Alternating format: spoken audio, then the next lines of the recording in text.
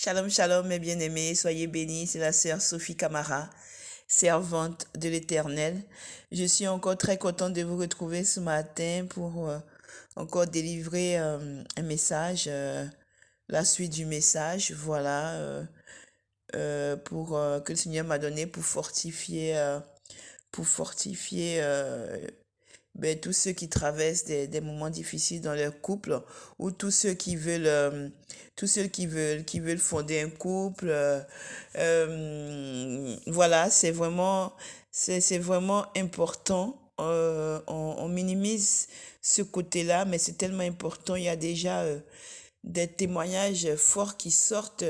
C'est juste hallucinant, c'est juste incroyable comment Dieu nous aime, comment Dieu fait tout pour nous révéler les choses cachées et dans nos vies, comment le Saint-Esprit commence à travailler. Donc vraiment bien aimé, que toute la gloire revienne au Seigneur. Donc soyez bénis partout où vous êtes et continuez à faire les partages, continuez à parler de ces messages autour de vous parce que on ne sait jamais à quel moment le Saint-Esprit peut toucher une âme, toucher un problème, un point dans sa vie et sauver une âme, vous voyez. Donc voilà, que Dieu nous bénisse au nom puissant de Jésus. Amen.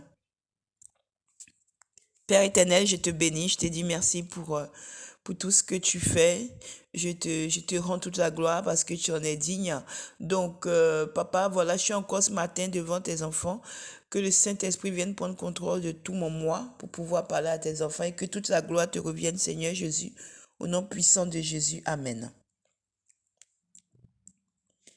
Donc voilà, bien aimé, aujourd'hui nous allons parler de la suite, hein. Donc on avait déjà entamé la patience dans le couple. On va encore continuer dans le thème de la patience, mais aujourd'hui on va parler de la patience face aux amitiés de l'autre, de votre moitié en fait, ou de chacun de vous dans le couple. Donc pour cela, on va partir sur la base de 1 Corinthiens 15 le verset 33 qui nous dit que les mauvaises compagnies corrompent les bonnes mœurs. Donc, on va partir sur ce verset-là. Et vous savez, c'est tellement vrai, c'est pourquoi je viens sonner l'alarme sur les amitiés dans les couples. Attention, attention, attention, parce que le Seigneur m'a dit que ça détruit beaucoup de couples aussi.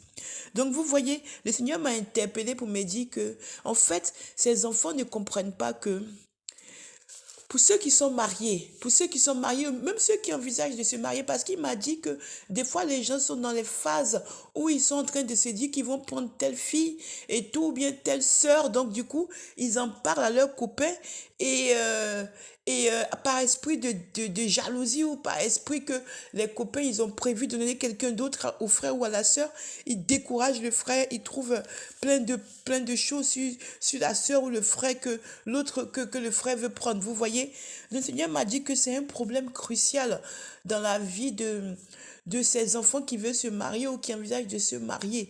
Il a dit que par exemple, si tu es dans le couple, c'est très important. Si tu es dans le couple, tu dois faire attention, ou tu veux être dans le couple, tu dois faire attention, voilà, à tes amis.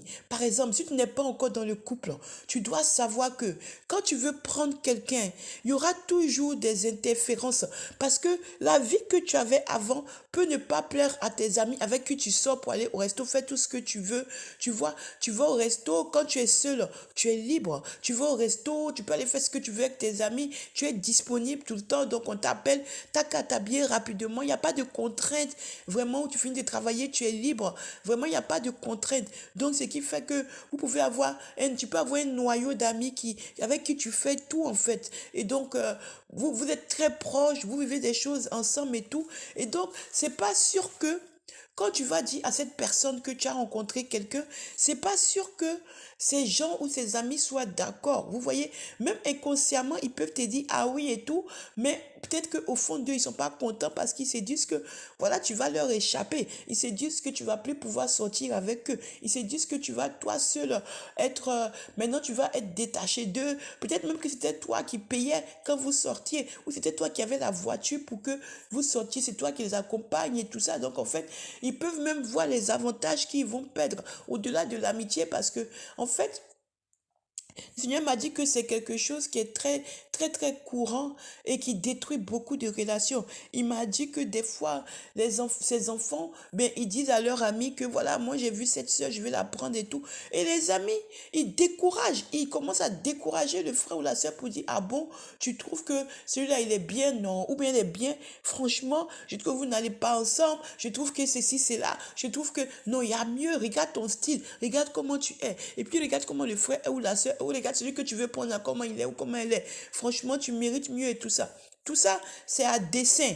C'est à dessein. Ça veut dire que en général, c'est parce qu'ils ne veulent pas que tu prennes quelqu'un, parce qu'ils ne veulent pas que tu lâches ta liberté. Ils ne veulent pas que tu lâches ta liberté. C'est pour ça que tu dois faire très attention. Parce que c'est vrai, le Seigneur a dit que les mauvaises compagnies corrompent les bonnes mœurs. C'est-à-dire que la manière dont tu vas être avec tes amis peuvent être quelque chose qui est bien pour toi, comme ils peuvent être une chute pour toi. Donc, quand tu es marié aussi, c'est pareil. Parce que quand tu es marié, ben, quand tu vas rentrer dans ton mariage, tu vois, ou quand tu es marié, tu ne peux plus te permettre de sortir, que tu sois la femme ou l'homme, de sortir, par exemple, pour l'homme, que ses amis vont l'appeler, ils vont passer la nuit à regarder des matchs, ou ils vont aller dans des bars, ou ils vont aller voir ils vont aller, bon, ceux qui sont célibataires vont dire, bon, accompagne-moi, parce que je vais aller voir des filles dans les bars, on va aller faire des choses. Vous voyez, tu ne peux plus faire ce que tu faisais quand tu étais seul.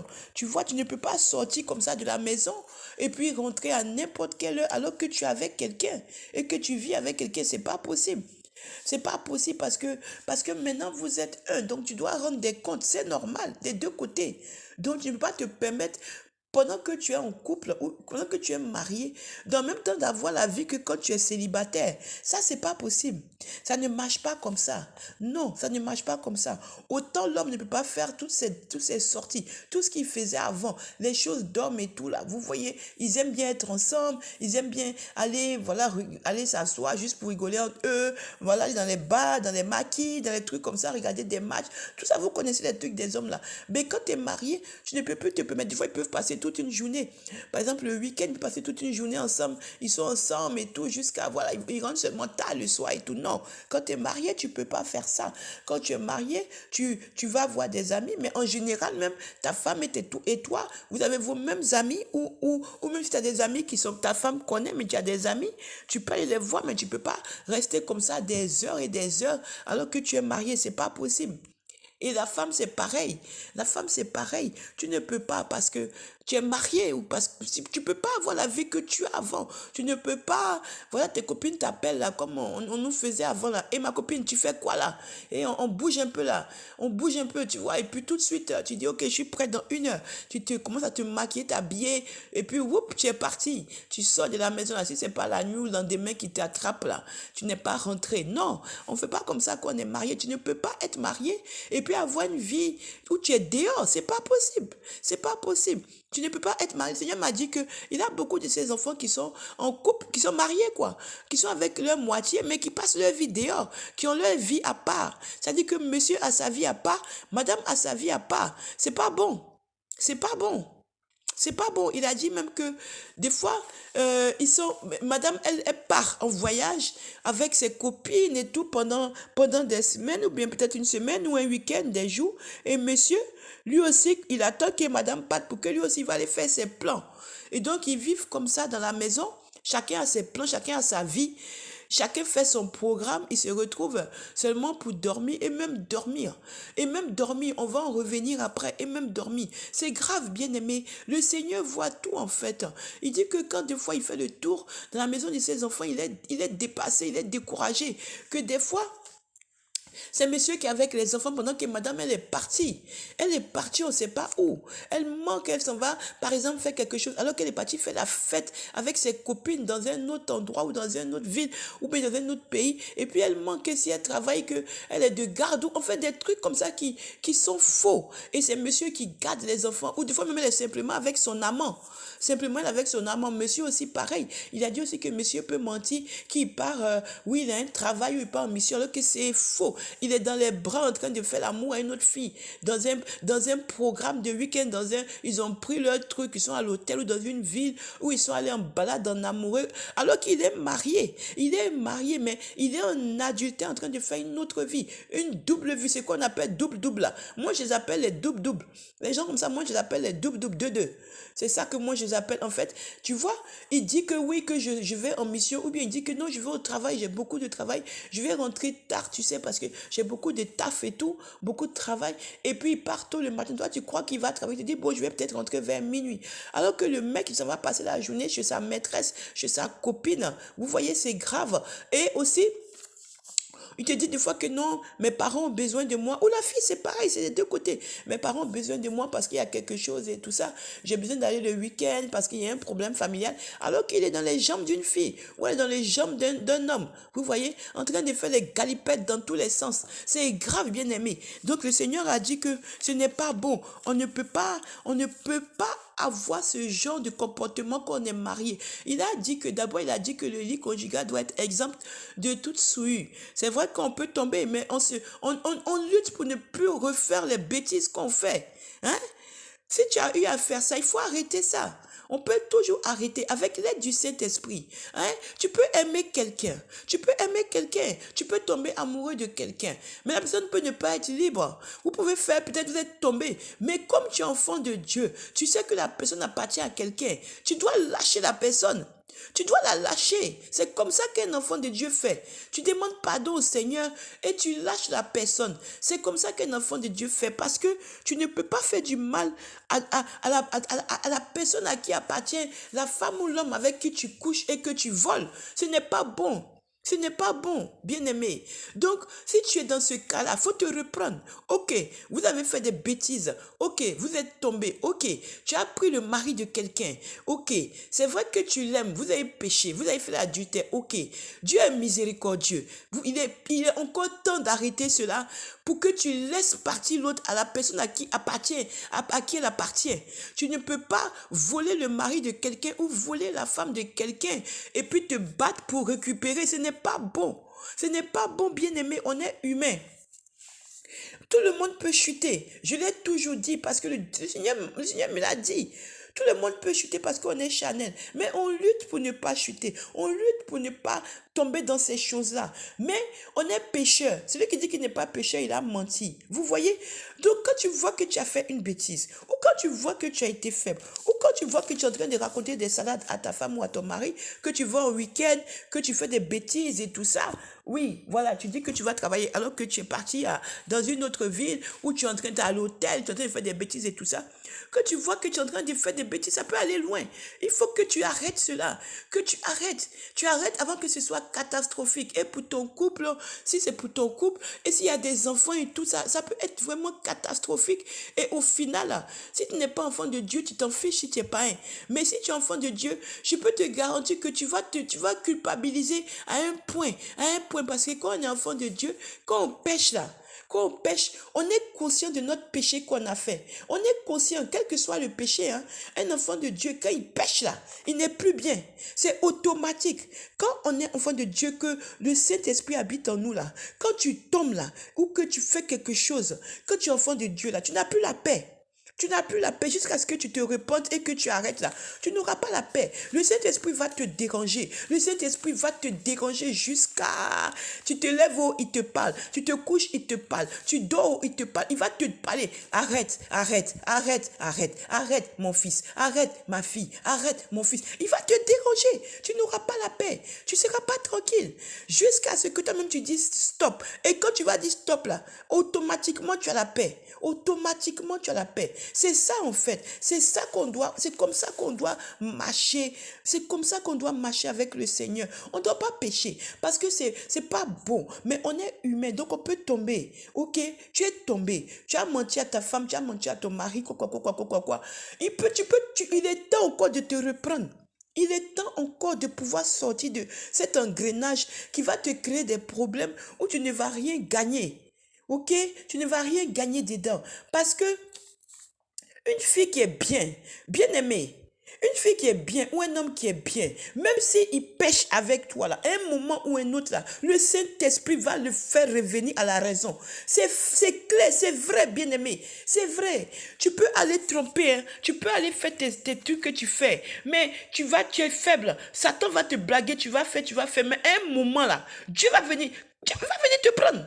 Le Saint-Esprit va venir te prendre parce que tu es son enfant. Il va venir te récupérer tranquille. Il va te sortir de ça. Toi-même, tu vas dire non, c'est fini. Et puis ton nom sera ton nom. Et puis c'est fini. Vous voyez, c'est ça. Donc, on n'a qu'à lutter pour sortir de ces choses-là, bien aimé. Tu ne peux pas être marié et puis encore avoir ta vie d'avant. Traîner dehors, faire des choses. Toi, tu es une maman, tu es comme moi, tu as plus de 45 ans, et puis toi, tu veux te faire comme une jeune fille de 18 ans. C'est toi qui vas exhiber ton corps, mettre les dessous, les chéris, regarde mon corps, regarde mon dos, regarde mes trucs, le ventre dehors, les mini-jupes, on voit même particulièrement la culotte, les trucs, les talons, les choses que tu vas poser comme une ado, comme une minette de 16 ans. Alors que tu as un certain âge, tu as des enfants, donc, et que tu es marié, et que Dieu nous appelle à nous habiller avec pudeur et modestie. C'est-à-dire que Dieu nous appelle à être, on ne doit pas être dans tout ce qui est matu vu. On ne doit pas être dedans, on doit être... Il y a des manières de s'habiller sans que tu sois forcément en train d'aguicher tout le monde. Quand tu es marié, là, ton corps appartient à ton mari. Hein? Amen, hein? Amen, amen. Ton corps appartient à ton mari. Donc, moi je parle, les gens n'écoutent pas, pourtant Dieu a l'âme dessus. Tu ne peux pas mettre, toi tu es marié, et puis tes seins sont comme ça, ton soutien. Moi je vois des gens dans la rue, elles ont le soutien dehors. J'ai vu une femme un jour en été, elle avait juste le maillot de bain en train de se balader avec son mari dans la rue. Moi j'étais dépassée. J'ai dit, mais je rêve ou quoi là? Vous voyez, pourtant Matthieu 5, 28 dit que tout ce qu'un homme te regarde là, quand un homme te regarde là, il a déjà convoité. Il a déjà convoité dans son cœur ses péchés. Mais on passe à rendre ça sort. Ah, ok. Donc voilà, toi aussi qui es la femme, tu ne peux pas faire ta vie d'avant là, tes gasoils d'avant là. C'est-à-dire que sortir là, fais la live là, vive à 1000% là. Tu ne peux pas quand tu es marié, c'est pas possible. Parce que tu appartiens à quelqu'un. Donc, tu as un comportement à avoir et tu dois respecter aussi ta moitié. Ton homme, tu dois le respecter. Donc, tu ne peux pas, pendant que lui, il est à la maison, en train de s'occuper des enfants, toi, en train de faire toutes les villes, toutes les boîtes de nuit, aller mentir que tu es là, que tu es dans toutes les fêtes. Tu es en train de fumer, en train de t'envoyer en l'air dans tous les sens. C'est insupportable, en train de faire des patous et tout, pendant que ton mari pense que tu es tranquillement en train de faire, par exemple, un travail ou en train de partir faire une mission, quelque chose, tu es en train de t'envoyer en l'air avec des gens. Ce n'est pas possible. Bien aimé, ce n'est pas possible. On ne peut pas avoir cette double vie, double là. Ce n'est pas possible. Qu'est-ce que dit la parole? C'est encore pire même, vous voyez? La parole dit quoi? La parole dit que tu ne peux pas te permettre de faire ça parce que il me semble que c'est dans le verset de quoi déjà même? Dans 1 Pierre, qu'est-ce que dit 1 Pierre? 1 Pierre 3, le verset 7 dit quoi? 1 Pierre 3, le verset dit que le mari, tu dois avoir la sagesse. Toi qui es le mari, tu dois avoir la sagesse de prendre soin de la femme.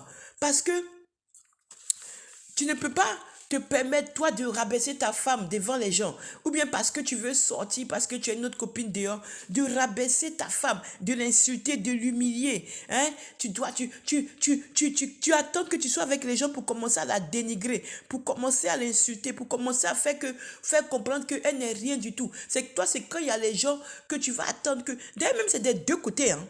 C'est des deux côtés parce qu'il y a des femmes graves qui font ça aussi. Donc, tu ne peux pas attendre que c'est qu'il y a des gens que tu vas commencer à rabaisser l'autre, dénigrer l'autre, montrer que l'autre est nul, l'autre n'est rien, l'autre est comme ci, comme ça. Ce n'est pas bon. Parce que la parole de Dieu dit dans 1 Pierre 3, verset 7, que l'homme doit être sage avec la femme parce que la femme est le sexe faible. C'est la Bible qui le dit. C'est écrit dans 1 Pierre 3, verset 7. C'est le verset que le Seigneur m'a donné. Mais toi aussi, femme, c'est pareil. Tu ne peux pas aussi venir dénigrer ton mari parce que ton ancien copain avait peut-être, tu vas le comparer à ton ancien copain parce que peut-être qu'il te faisait bien l'amour, peut-être qu'il te gâtait, j'en sais rien. Mais c'est lui que tu as décidé d'accepter de te marier. Donc tu ne peux pas te permettre de le rabaisser. Tu dois le respecter aussi. De toute façon, la parole de Dieu déclare que la femme doit être soumise à son mari. Ça, c'est entre parenthèses. Soumission, c'est pas que tu vas être sa boniche, mais c'est que tu dois le respecter parce que c'est lui le chef de la famille. Hein? Voilà, c'est écrit dans Éphésiens là-bas. Donc, du coup, où tu vas attendre qu'il y a tes amis, c'est qu'il y a tes amis que tu vas commencer à faire l'orgueilleux, à dire que voilà, moi j'ai ça, ou l'orgueilleuse, oui, moi je suis comme ci, moi je suis comme ça, et voilà. Tout ça pour que tu veux attirer comme on dit, l'envie, l'orgueil. L'orgueil te prend, tu veux attirer l'envie. Mais ne sais-tu pas que pendant que tu es en train de parler de toi, que voilà, parce que ce côté-là est super dangereux, c'est beaucoup de gens aussi qui disent, oui, mon mari là, il est le meilleur. Ma femme là, elle est la meilleure. Elle est comme ci, elle est comme ça. Lui aussi, il est comme ça. Oh, au lit là, oh, dans la maison, oh, comme ci, comme ça. Ne sais-tu pas que pendant que tu es en train de parler comme ça, tu ne connais pas l'état d'âme des gens qui sont en face de toi. Pendant que tu es en train de parler de toi là, peut-être qu'il y a des gens qui ne sont pas bons dedans. Peut-être qu'il y a des gens qui sont remplis de rapines, comme dit le Seigneur. Peut-être qu'il y a des gens qui sont remplis de jalousie, d'envie. Eux-mêmes, ils sont là depuis, ils ont envie de te détruire. Ils ne savent pas comment faire. Toi-même, tu es venu te donner en pâture à eux. Alors, qu'est-ce qu'ils vont faire? C'est écrit là-bas dans Galates 5, verset 26. Comme m'a donné le Seigneur. Et puis dans Romains 13, verset 13 à 14. Eux-mêmes, ils sont là, ils sont remplis de jalousie, remplis d'envie. Eux-mêmes, ils sont là, ils ont envie de détruire. Ils rêvent de ça. Donc, comme ils ne peuvent pas voir, ils vont détruire, ils veulent détruire. Toi-même, tu vas te donner dans leurs mains pour qu'ils te détruisent. En te vantant, en vantant ton couple, en disant tout sur ton couple. Tu ne sais pas que ça peut attirer la jalousie et qu'ils peuvent détruire cela. Ou même pire. Ou même pire. Ils peuvent te prendre ta femme ou ton mari. Parce qu'ils peuvent dire que, comme elle dit que c'est un bon pied, ou comme il dit que c'est un bon pied là, moi je vais récupérer ça pour que moi aussi je puisse avoir ça. Ou bien comme c'est un bon parti là, l'argent et tout, moi je vais récupérer ça. Et puis voilà dans quoi on rentre dans des choses où des fois, si tu n'as pas des chances que tu tombes sur une méchante ou un méchant, mais tu es foutu, si c'est pas la sorcellerie, ils vont aller te travailler propre. Et puis maintenant, chez les féticheurs, chez les quoi, tout ça. Et puis maintenant, voilà, tu es là, ton mari est parti. Moi, demandez-moi ici ce qu'on m'a fait. Vous n'allez rien comprendre du jour au lendemain là.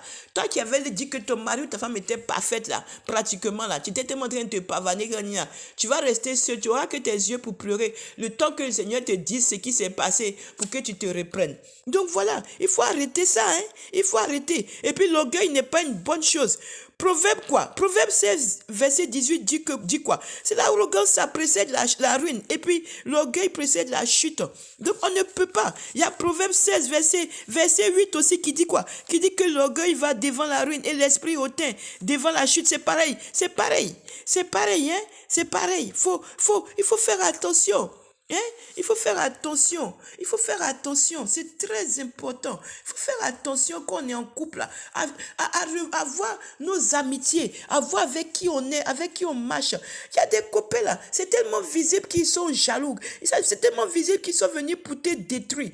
Mais c'est pas toi de qui dit la parole. Sors du milieu de la personne, sors du milieu d'eux. Sors si tu es dans une situation, quand tu vois que c'est pas bon, mais sors. Mais sors, tu as des amis qui ne t'arrangent pas, mais casse-toi, mais retire-toi. Hey, c'est pas forcé. Tu n'as rien à prouver. Cette personne ne t'arrange pas. Tu vois que la personne, quand elle veut te décourager, elle ne t'avance jamais, elle ne t'encourage jamais. Elle voit que tes défauts, comme ci, comme ça. Alors que c'est ton amie, elle est censée, quand elle n'est pas chrétienne, elle est censée t'aimer, vous partagez les choses ensemble. Et qu'elle est chrétienne, priez pour toi et dire que ça va aller pour que vous soyez dans la prière, vous tournez auprès du Seigneur, demandez aide au Seigneur. Mais tu vois que cette personne est toujours en train de quand tu trouves quelqu'un, non, il n'est pas bien, à chaque fois. Tout ça pour que tu puisses rester seul, pour que vous restiez rester comme ça tout le temps en train de faire la live. Hey, ce n'est pas bon, hein? Ce n'est pas bon. Bien aimé, le salut est personnel, hein? Le salut est personnel. Et quand tu es marié, là, quand tu as tout rempli, toutes les conditions, hein? C'est pas les mariages arrangés, je parle des mariages divins. Quand tu as rempli toutes les conditions là, Dieu est dans ton mariage. Et puis Dieu va demander compte à toi ou à la femme. Hein? Et puis l'enfer aussi guette. Vous voyez, il faut que vous revoyez ça. Dieu tire la sonnette dessus. Dieu tire la sonnette dessus. Moi, j'ai transmis. Et puis aussi, il m'a dit qu'il y en a eux, tout ce qu'eux, ils savent faire là, au lieu qu'ils soient dans leur couple en train de prier pour que Dieu puisse agir dans le couple, eux, ils sont en train de prier justement pour dire que non, que Dieu là même, toi là même là, pourquoi même tu me laisses ici là même et tout là, avec cet homme là, moi je veux sortir m'amuser, moi je veux faire ma life, alors il faut que tu fasses que je divorce. Donc Dieu dit que si c'est ça là, que tu as rempli toutes ces conditions là, tu peux rêver, hein, il ne le fera jamais. Donc moi j'ai transmis, que Dieu vous bénisse. Attention aux amitiés, les mauvaises compagnies corrompent les bonnes mœurs. Tu es comment, bien, comment là. Tes amis là, s'ils ne sont pas des amis qui ont la crainte de Dieu, s'ils ne sont pas des amis qui ont la crainte de Dieu, s'ils ne sont pas des gens qui ont la crainte de Dieu, tu vas chuter au nom de Jésus. Donc moi j'ai transmis. Fais attention avec qui tu marches, bien aimé. Fais attention avec qui tu marches. Si la personne ne t'arrange pas, c'est pas toi. Demandez, prenez l'habitude de demander au Seigneur. Même si tu n'es pas chrétien, toi qui tombes sur cette chaîne, toi-même là, analyse ton ami et vois si c'est ton ami là, il est bien ou pas. Et puis, tu peux venir au Seigneur. Jésus-Christ est vivant. Tu peux venir au Seigneur et donner ta vie à Jésus. Parce que Jésus là, c'est la sécurité. Avec lui là, tu es toujours gagnant. Parce qu'il est un bon papa qui veut toujours des choses bien pour toi. Donc, il va toujours te donner le meilleur. Hein? Donc, voilà. Faisons attention à nos amis. Je vais faire un autre message encore là-dessus. Que Dieu vous bénisse. Au nom puissant de Jésus. Amen. Père, j'ai transmis ton message. Toi-même, prends le contrôle pour que tes enfants comprennent ce que j'ai voulu dire, ce que tu as voulu, ce que tu m'as dit et que j'ai voulu dire à travers toi. Père, toi-même, agis dans leur vie. Au nom puissant de Jésus. Amen.